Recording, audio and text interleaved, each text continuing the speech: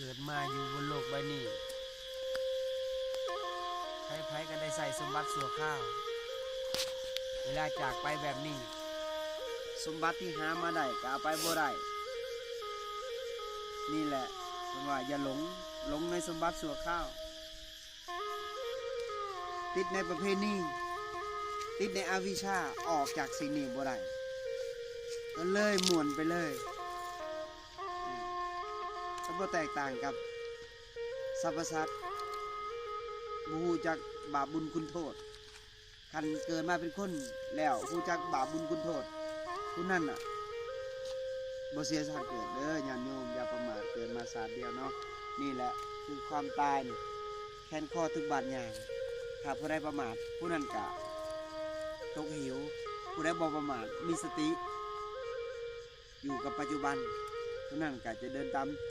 ามเส้นทางของพุทธองค์ที่วางไว้เนาะเพราะนั้นฝึกอานาปานสติหลายๆให้มีสติเด้อญาติโยมสาธุ